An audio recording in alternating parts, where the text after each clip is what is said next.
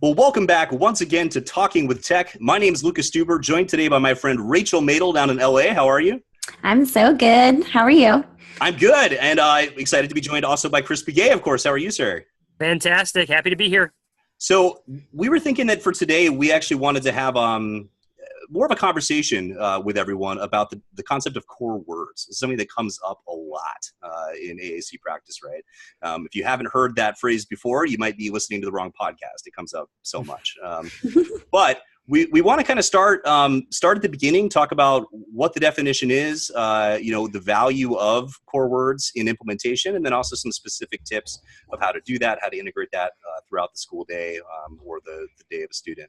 I want to kick it off with you, though, Chris. You had a lot of thoughts about this originally. So what are core words?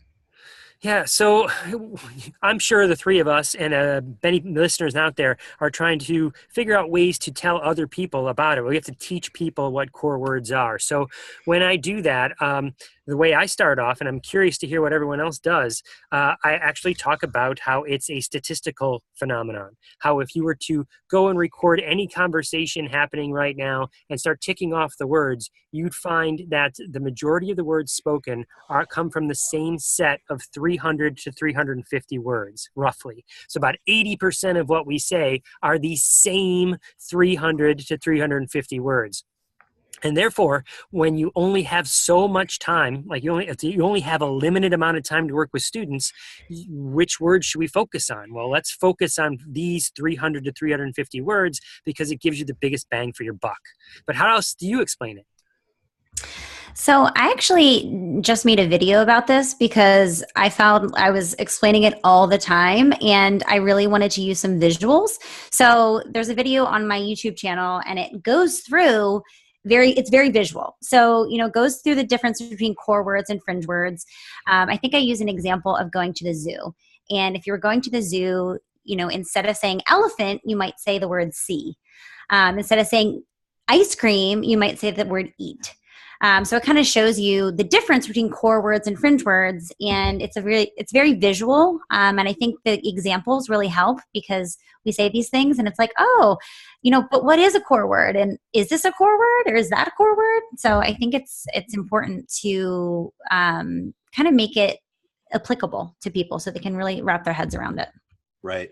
So the concrete examples give some actual words. So since we're in a decidedly non-visual medium right now, let's discuss them a little bit. So you said this other crazy term. What are fringe words?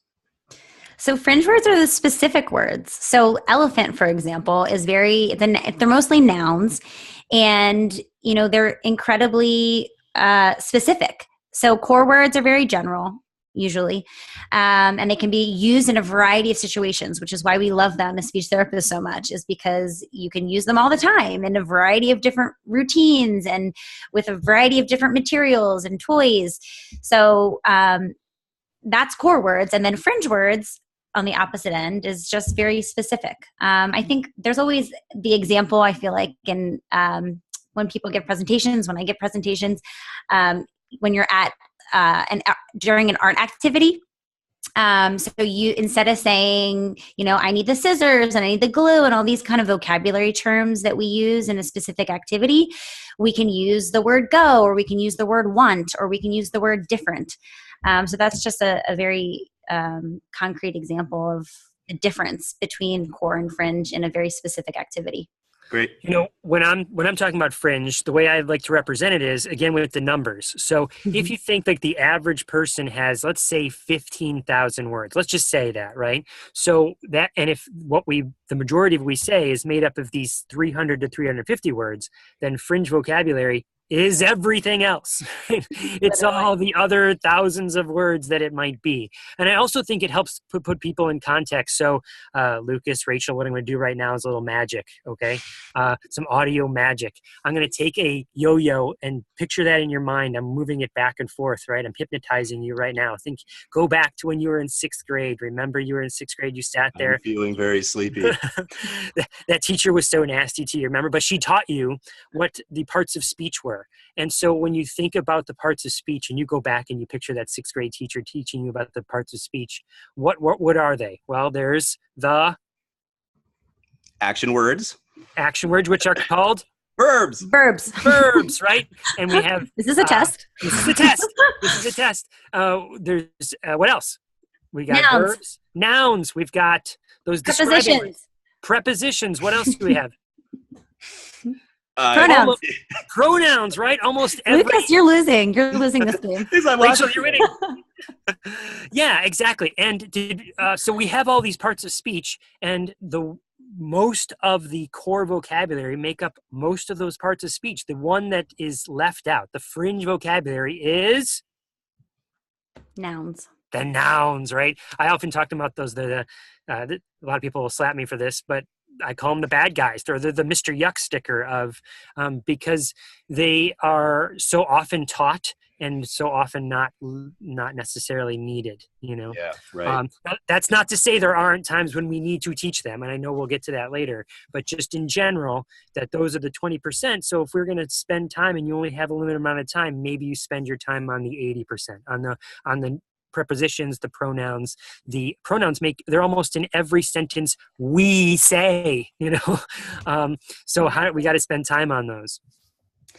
Yep. So something that I usually do when I'm trying to teach a family or a team about core words, I show them one of my communication boards, and I tell them, I show them, I said, if you or I weren't able to talk, we could use this board very easily to, get our needs met, to comment, to ask questions, and then I pull up some fringe vocabulary, so fringe folders, and I'm like, how far could you get if you were in the food folder, or how far could you get if you were just in people?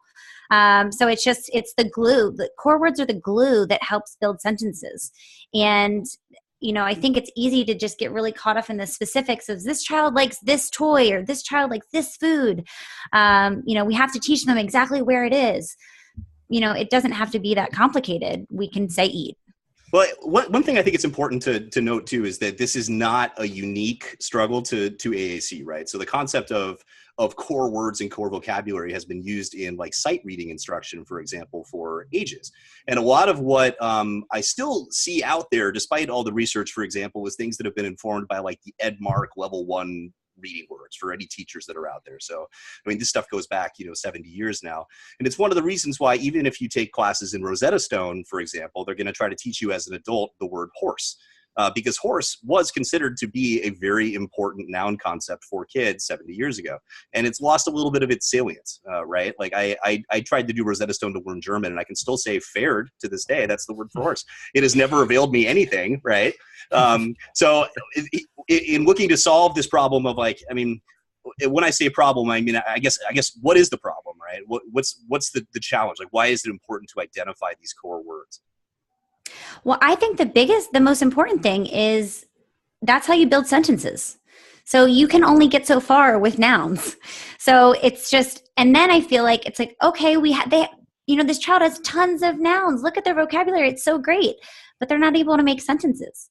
So right. It's like, and then it's like, oh, well, let's start incorporating some of these words that can help, some of these verbs, that can help start building sentences. And it's just like, if we had started introducing them to core words 2 years ago, think about, they could be building sentences by now.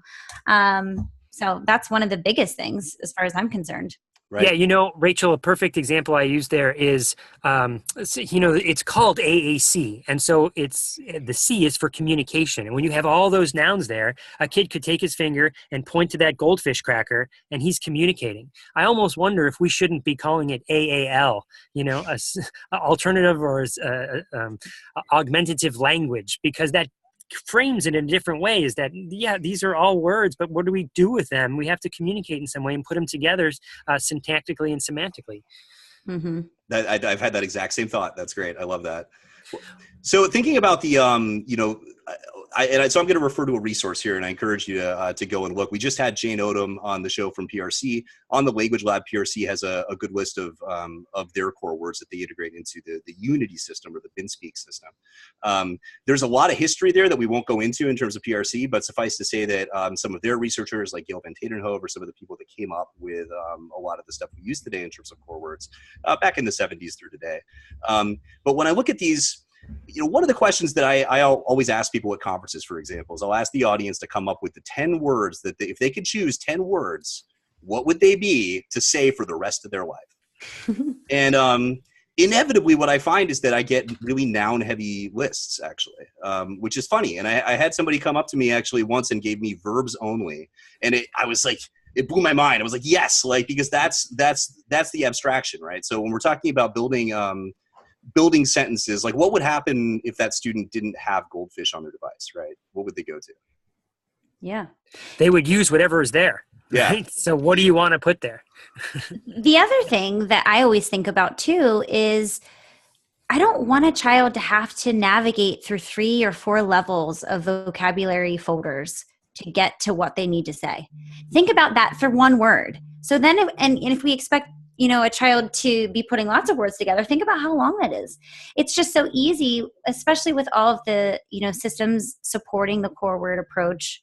It's just stay on the homepage. We don't need to be doing all this navigating and fatiguing our clients.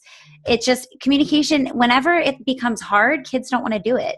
And the easier you can make it, the more likely they'll be to communicate with us. Totally. Hey, can I jump back to something for a second? Lucas, I really liked how you were talking about this activity that you asked people to do. Are there any other activities, you or Rachel, that you use to help people understand core words? Like one that comes to mind for me is bringing out a core board, right? Picture the Prolo Quo or LAMP, a screenshot from the home, LAMP Words for Life, just a screenshot of it and saying, all right, everybody, you've got 10 minutes, or maybe 8. Maybe 5. You've got 5 minutes to write down as many different sentences as you can using only these words. And I like that. It's like boggle, core word boggle. Yeah. That really shows, I think, a lot of people how versatile they are, right? And how much you can say just with 2 words, So, and it shows that just this limited set, you can really say so much. Do you have any other activities that you'd like to put people through, or that other people who are listening today might go, I could do that with my teachers that I work with? Well, one that I love to use to, I was going to say punish grad students, but really it's very informative. And Rachel, you alluded to this idea a little bit, but I really like having students take systems out to like a Starbucks, for example, and then try to use them functionally, which goes all the way back actually to grad school. I had a wonderful fluency instructor who had me do that to pretend to be disfluent, right? And it was harrowing, And so I've translated that to the AAC world. And it's something I've also done in my time as a developer, is take my own stuff out and try to use it. And then you realize right away, like, oh, wow, that's a glaring omission that I didn't recognize when I was sitting there programming it, which is what happens, right? I mean, often these, an iPad will get taken back to a speech room for 30 minutes of programming or whatever. And you throw a bunch of stuff on there based on what the goals that you see are and the input from the teacher. But, it's not always considered functionally, whereas, maybe the IAs in that classroom or somebody probably would have a really clear idea of how it's going to be used functionally. What other activities? These are great. One that I've used in the past, I've got to present to a high school English class. They were reading the book with the fish on it. I can't remember, I have to edit in with the name of it, but it's a book about a student with a disability that uses a communication device, and they were doing that as an English class. So they invited me in to talk about communication devices. And so I did something very similar. I said, okay, you've got, here's a chart. It's just a table that I printed out from Word. And I said, maybe there was 25 spots on it. And I said, you get 25 words. What are you going to write? Because you're going out to dinner now. And oh my gosh, every kid was like, I need to write Kung Pao chicken, and I need to write biscuits and gravy, and so they're filling this all in. And then we do the activity like, all right, let's have a conversation. I'm going to be the waiter. Let's sit here together. You sit here, and how about we're on a date? How about you and you two sit here together, and I'll be your waiter. And now you try and use those words. And it's immediately glaring like, I can't say anything with all these nouns, Yep. Exactly. That's perfect. That's why it just reminds me anecdotally of a fundraiser I went to where there was a silent dinner where everyone was handed like a random AAC device and required to communicate with their waiter in that fashion. And you don't find I need more pepper or this is overdone and these other things on there really. That was a real dinner? It was a fundraiser. So wow, that's interesting. Yes. I want to do that one again. Yeah. So looking again at the core words, so I guess what we've defined them as is, again, often drawing from these top 350 words, that are used. These are the sort of bricks that we put together for the most of the rest of language. And oftentimes, again, looking at the resources from the Pernicke-Romich Company, like we have adjectives, we have prepositions, which is great for an expansion of language standpoint, but prepositions and adjectives, like a lot of people tend to think of that as sort of secondary. Why would they think that? Is that true? Well, I think that, I guess this leads into a discussion about where do we start and kind of the progression, right? Because it's not just, we just give kids a bunch of words all at once. It's from a teaching standpoint, it's like, okay, like where do we begin? And I think that that's where the research is really great because it, shows us the top, frequently used words, and we can use that to guide our practice. I personally, it depends on the child, as with everything. Some kids, it's like they totally get it, and I can just like dive right in with a lot of these core words and start modeling on their device, and they're like, yeah, like I can do this, I can build sentences. They just are fantastic. Other kids, they have a really hard time with abstract language concepts. So core words are going to be a little more difficult for them because they're not understanding that abstraction yet. So that's where a situation where Fringe might be more beneficial because, you see a picture of the iPad and then you touch it and then you get the iPad or whatever it is that, the child's really motivated by. And that's really nice because the number one thing that I need when a child is introduced to their system for the first time is buy-in. Hey. And if they can really quickly get what they want and they can keep saying it over and over again and I keep giving it to them, all of a sudden it's like this device is this amazing magical tool that gets me whatever I want so fast. So that's why I think that's a case to start with Fringe. But I'm just always an advocate of introducing core from the very start. Because kids, a lot of times kids who are having a hard time with abstract language concepts, they need exposure. They need to have constant exposure and sometimes a long amount of time to really start understanding it. So we need to start it right away. Yeah, I think there's this myth that there's core versus Fringe as opposed to doing them both, right? Mm-hmm. And so just to make that in a practical scenario is just yesterday, there was a focus session where I was sitting with a student and a teaching assistant that I was coaching through, and we were working on open and close. He had these grapes, as a snack time activity, and we taught him open, right, in this very structured setting. And that was very open is a core vocabulary word in case you didn't know. But then later on, that was over and we were going down for library time. So let's march down for library time. We sit down in the chairs and the librarian had designed this activity where she was showing clips of the Olympics. And so all I did, I sat next to the student, and when someone would jump up in the air, I mean, he did it, and maybe find some Fringe that went along with it. But my point is, I was modeling without the expectation that the student was actually going to do anything with that. Right. Because that's the whole point of when little babies are born. We don't have this expectation they're going to talk back to us, and we still model to them all the time. So let's just model to the kid in that situation. It doesn't have to be trying to get something out of the kid for 95% of their time. It can just be modeling sometimes. Yep. Well, I mean, this goes back to the facts that we know, right, about how much input these students have that's comprehensible in a form that they can reproduce, right? So they probably have all this oral language exposure, but they don't see AACUs anywhere near as much as they see people squirting air through their mouths, to be crass about it. But I love doing that sort of thing. And Rachel, you mentioned a video that you have up earlier. So folks, if you go to if you have a Roku, for example, you can install the Speech Science app and see all of our videos, or go to our YouTube channel. Rachel will be on there. But there's also a video I have, probably under clinical videos, of I think it's me sitting with a student just watching a movie for about half an hour. And I'm just there with the device sitting there saying, that was big, that was fast, wow, that was awesome, he did it, he finished first, just showing, the possibilities. And part of that is about getting into more than just requesting, right? And obviously we need to have that cause and effect relationship when we're starting out using a device, like Rachel, you said, to get buy-in from the students and to make it something that, they really are motivated by.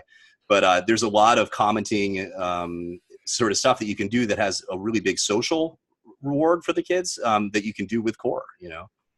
Can I bring up a thing about core too? This is what makes it a little bit difficult for people to wrap their brains around, is that it's the pictures, right? Core vocabulary words typically are not what are called picture producers. They don't produce a picture in your mind, right? A quick activity I ask people to do sometimes is to draw a picture of a truck, right? You draw a picture of a truck, and then, hey, Rachel, look at this. What is it? And she would say, no matter how bad an artist I am, she'd say, it's a truck. Right? And then I say, okay, same thing, Rachel, get out of the room, draw another, Lucas, okay, you're going to draw me the word job. And suddenly it's like, what? How do I draw the word job? You know, how do I draw the word work? You know, what does that look like on a piece of paper when I try and draw it? And no matter what you drew, Rachel would come back in and she would try and label it with some sort of noun. She'd be like, desk, office, paperwork, hammer, you know, what did you draw? Whatever you drew, it would be some sort of noun, because core vocabulary doesn't necessarily produce this picture in your mind. So that makes it a little bit more difficult to teach, but that doesn't make it impossible to teach. You still teach it just like you teach, back to what you were saying, Lucas, how teachers teach sight words, you know, there's all sorts of techniques for teaching language.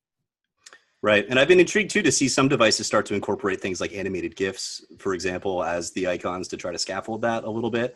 I'm not sure if that would work with every student. I don't have enough data to comment really. I wonder if that would be distracting or not for certain individuals. But well, so what are the what are some of the strategies? I mean, there's some things that we know, right? So from research, we know that the frequency and intensity of exposure to these words in a meaningful context is the biggest predictor of acquisition. So how do we do that? Is it just 30 minutes a week with an SLP? Well, yeah, that does it, right, Rachel? Yeah, that should be totally fine. Maybe 25. Let's cut it back. 15. Budgets are tough. Yeah, that's true. Well, the nice thing is that, you know, you don't have to. The nice thing about core is they can be used across every activity. So it feels like, and I always think about, you know, because a lot of the schools that I work with, they're really interested in the fringe words, right? Because I think it makes sense to people, and they're like, okay, it's easy. Like, we're talking about dinosaurs, so we can make a dinosaurs folder. And I'm like, okay, great. And that there's a place for that, right? And I think if kids are really motivated by dinosaurs, like, great. They want to say Stegosaurus and T-Rex, great.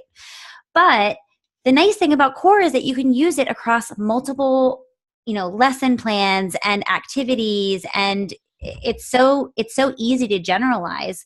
And that's something that I think I try to impress upon staff, is that, look, this is actually easier. It feels like, oh, I don't know what to do, there's so many options, but it's really just start doing it and you'll see it's really not, it's great, because you can use the word go all day long, and it doesn't have to be, okay, where's the dinosaur folder? You know, it's right on the, if it's one of my devices that I've set up, it's on the homepage. You can just stay on the homepage. Here's a practical strategy. All right, speech therapist, I'm talking to you, right? Mm-hmm. Instead of spending your time focusing on the student for the next session, think about spending your time working with the communication partners doing this specific activity. Make a table in Word or Google Docs or whatever. At the top of the table, put the core words you want to focus on. And when I say core words, I usually mean like one or two. So if you're going to teach in, you might as well also teach out. Right. If you're going to teach up, you might as well teach down. Hey. Exactly. Pairs. Exactly. I like it. Binary pairs. So you put those up there at the top of and then you say, all right, everybody in the room, the kids are walking off the bus. How are we going to teach? How are we going to teach in and out when they get off the bus? And they fill in this chart, right? So the first column in the chart in the table is the time of day. And the second column in the chart is exactly how you're going to prompt them or how you're going to model in and out. And the third column will be ticks. how many opportunities can we do in this block of time where they get to exposure to in and out?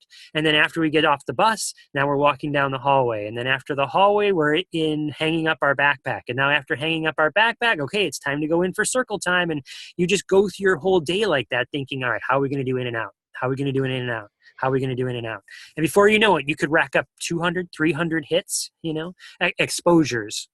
Yeah. And you make an excellent point there, Chris, is when you are confined to one or two words, you get real creative about how you're going to use those words and model them. And that's why I think that having a core word of the week or a few words to focus on is really great, because you start realizing when you have one word or two words to focus on, how many different opportunities that come up that you can use it. I have parents that are like, oh my gosh, I had no idea. I used it for this. I used it for that. I used it for this. And they're really excited because they had no idea how many opportunities there actually were to use one word. Yep. Frequency and intensity, absolutely. Choosing this targeted intervention and then really actually making sure that it's integrated all throughout the day with all their communication partners. I mean, that's how you get it done. Absolutely. And go ahead. Sorry, I was just going to add one more thing. And that's not to say that we only focus on one word, right? We're doing direct teaching of one word and really like kind of targeting our intention on one word. But when things come up, I'm like, yeah, model that. Or they said something, yeah, expand it. It's not like a hard and fast rule, but it's just a way to give a focus to the teaching and the implementation. Yep. Yeah, it goes back to a numbers game to me, where if you could, let's say the average school year is 40 weeks long. And so if you did this words a week, you are intentionally focusing on between 40 and 80 words for the school year. And it's just a way to make sure that you are having that focus. So to me, it makes sense to do it that way.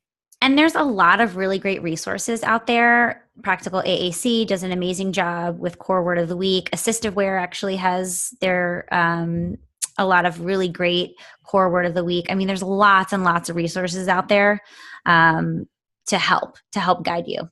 Right. And that's all about, framing the instructional context, right? Like making sure that that their school day is sort of surrounded by supports to keep on getting exposure to these words. One thing that I really liked, Chris, that you brought up was how to train partners, right? Whether that's peer partners or even siblings or whoever that might be. This is another really big predictor that we know from research in terms of success is the training of the circle of support, right? So here's some other fun tips, right? So for the SLPs out there, one thing that I've done with peer groups in the past, and I'm literally talking about, peers drawn from other classes that are going to become conversation partners, is we'll do silly stuff like device Pictionary, right? So they'll get a word that they need to describe and they've got to just go in there and keep on hammering away at adjectives and nouns. And of course, what they're trying to actually say will not be in that device, but the idea is to get them really hunting and pecking through there and really learn it. And and it's also actually not a bad strategy for increasing length of utterance when you're looking at description. Instead of saying the animal, suddenly it can be the green animal, the big green animal, the big green angry animal, the big green angry dinosaur. Hey, there's the dinosaur. Look, we got it. I'm the queen of having two items that are very similar, like two dinosaurs or, you name it. And then I'm like, I'll hold both of them up and they'll be like, dinosaur. And I'm like, which one? They're both dinosaurs. You have to use more words. So that's a really great activity too, to start helping kids specify requests and use those adjectives and descriptors. Right. Which goes back to one of the core functions of language, right? Is that in many ways, like having access to a broad portfolio of vocabulary. And this is a little nerdy, but what it allows you to do is to more specifically identify a single point along a descriptive gradient. Right. So, saying animal on the device over and over, as a 7-year-old or whatever might work in that moment because we as adults who are familiar with the child can contextually interpret that. But those same sort of cues don't translate as well when you're a 19-year-old in Safeway alone, right? You need to be able to, pretty specifically identify what you're talking about to be functional. Now, we're going to have to edit that. I had another exercise tip and it escaped me. It's okay. So I have one last thing to just bring up. So everyone, I just have a quick question. Do you think this is stuff we just made up? Like, why should people even listen to us talk about it? Like, hey, I know Rachel, I know Chris, I know Lucas. Like, let's trust them. Like, or is this something that's I don't know, beyond us? Like where do you think all this came from? The good news is, Chris, there's lots of research that we can point to for all of the things that we just said, which hopefully we can include in the show notes so everybody has access to it. Absolutely. Yeah. So we'll make sure that we have some citations, there on the show notes. So if you go to tech.speechscience.org, you can look at our most recent episode, which will be this one when you're listening to it, very likely. And you can access all these resources. So there's a ton of stuff, dating even back, into the 70s, but of course a lot more recently, about what's being done in core words. And then, we also encourage you to, and we will link also to some of the resources provided by companies, like we mentioned PRC or Assistiveware, these other folks. A lot of folks are doing their own research and their own white papers, and they're able to share some of that data. But yeah, no, it's not, we're not making it up, right? So which leads to a bigger question. Does this work? Have you seen it work? I see it work every single day. And it's really exciting too for those kids who have a hard time conceptualizing. Like I said, some kids, they pick this up really quickly and it's like, core words, I've got it. Other kids, it's not that simple, but the first time that they use a new core word spontaneously, it's just super exciting because it's awesome. It's just, I can't even describe how nobody can see me right now, but I'm smiling so big just thinking about these kids that I work with, and when they have those breakthroughs, it's amazing. It's so true. And also the communication partners, right? I mean, when they see that happen, their eyes like light up like, I didn't know they could do that. It's like, yeah, I know, right? And now and now you can think how much more can they do if we keep using these strategies. So yeah, it's totally exciting for everybody. And I think the other thing that we kind of talk about a lot on this podcast, but it's sometimes a long game. It's not something where I introduce it right away and kids totally get it, but just keep at it and stay persistent and presume that kids are capable of doing it and they will rise to the challenge. Right. Like if you're doing a shared book reading exercise, for example, to work on core words, right? Which I know there's some examples, Rachel, even that we have up of you doing that on video. Be prepared to read that book more than once, right? This is something that you're going to do a number of times. And that was with my ADD brain. It took me a little while to realize, oh, you mean a typically developing child probably asked for the same book 50 times? Yeah, okay, this is not unusual. So again, frequency, intensity, and the training of the circle of support are big predictors. So building that in your schools, building a culture, around partnership and peer communication, can be enormous. And there's some great resources out there. We'll also share in the notes. Another thing that I want to mention is, so if you go on my Instagram, which is Rachel Madel SLP, I actually have a series of core word pictures, and it's really exciting because I kind of have a picture like dinosaurs. I keep talking about dinosaurs. I hardly ever use dinosaurs in my therapy, but to me, I get it. I'm speaking to 6th grade Lucas. Yep. But yeah, so anyway, if you go on there, it's really cool because I have a few core words to get people started. And then I always ask, what are the core words you're using for this specific activity, or what are your favorite core words? And people always think of things that I never thought of. And I'm like, oh my gosh, you're so right. So it's really interesting that, we can have these activities and we can all collaborate with one another and think of things that, I didn't think of.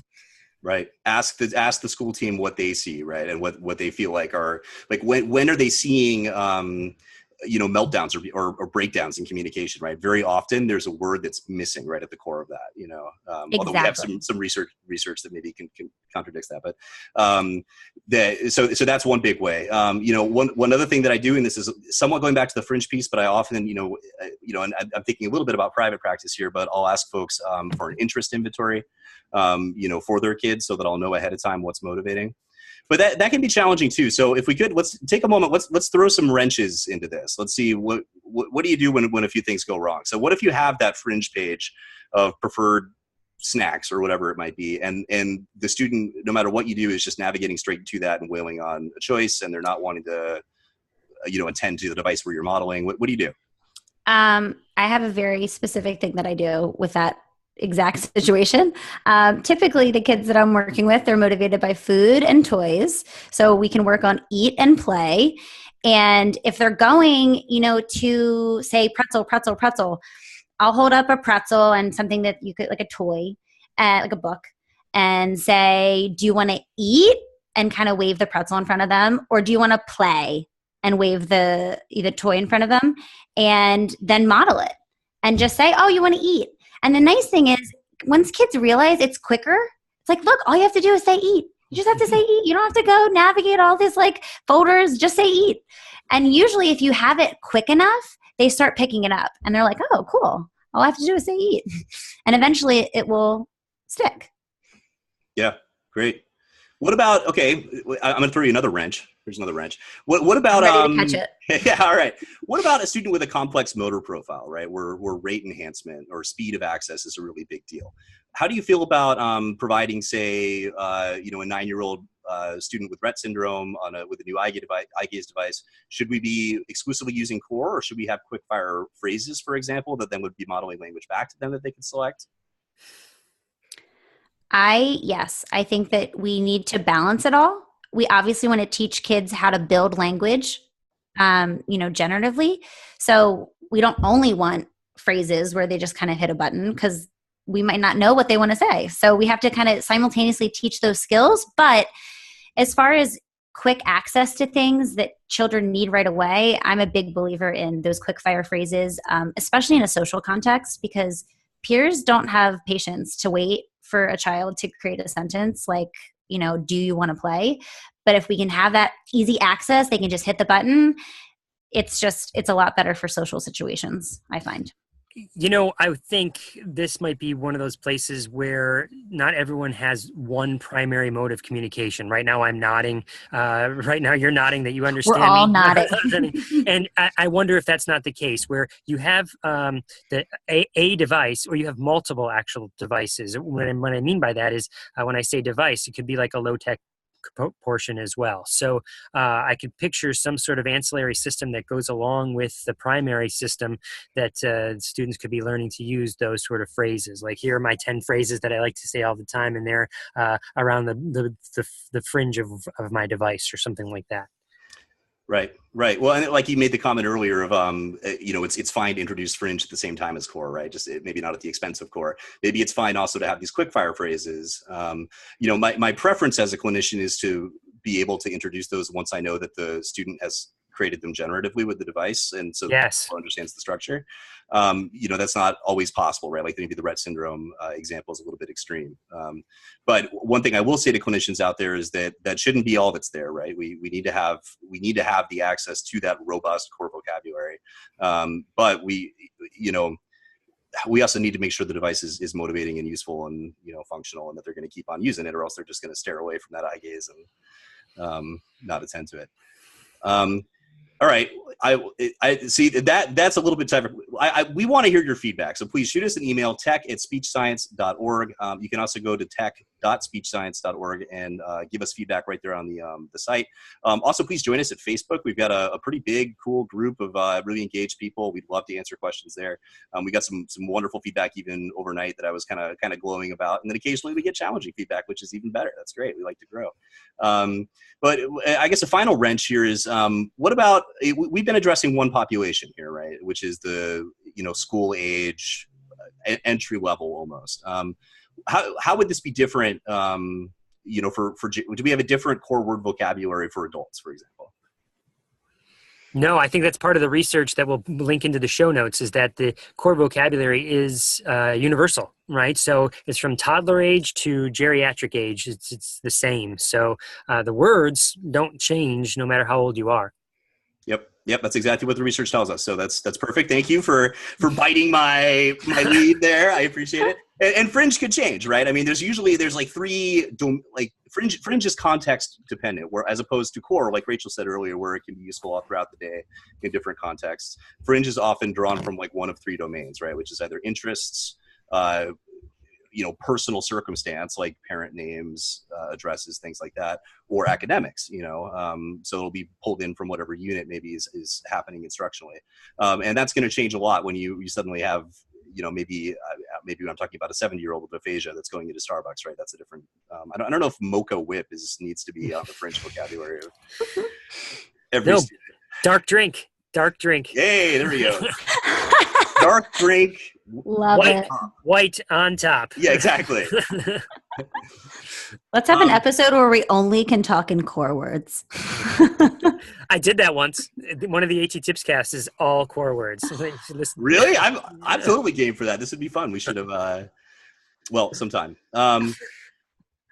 What about, now, so when students are in that sort of middling phase, right? So we often get asked about the sort of 2-word hump or things like that, where you're at the I want or, I go sort of piece. What is the value of modeling and recasting, do you think?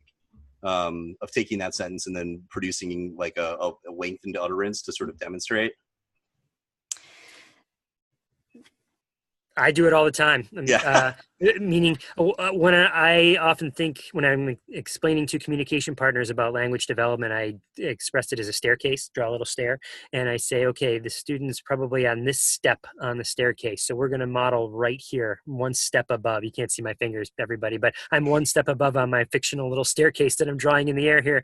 And it says, so that what that means is I might model what they say and then add 1 word or 2 words. So if the kid were to say open, I might say I open or you open or something like that. If we're watching the Olympics and the kid's going fast up and down the slopes, well, I guess down the slopes, you don't go up fast up the slope, but you go down the slopes fast. I might be like down fast if the kid said fast, that kind of thing. Great. That's perfect. And it's fun because then you get to watch the Olympics, right? I mean, that's ideal. Although I'm a little over it now. I have to admit, there's been a lot of Olympics. Well, this has been a great conversation, guys. Thanks so much. As always, we want to hear your feedback. I know I just said it, but tech@speechscience.org. You can reach us with any questions or on Facebook or at tech.speechscience.org. We also would love feedback in the form of a review. So if you have time, please do take a moment to review us on iTunes, to subscribe. Share with any of your friends that are out there. We want to make sure that we get as much feedback as we can so we can continue giving you what's actually needed instead of what we want to talk about, right? So just like the AAC argument, you have to program us. You give us the vocab and we'll talk about it. But once again, for Speech Science, my name is Luke Stuber, joined today by Rachel Madel and Chris Begay. We'll talk to you next week. Thanks. Oh, that was really good. That was great. It was. I kind of lost track of when we started, so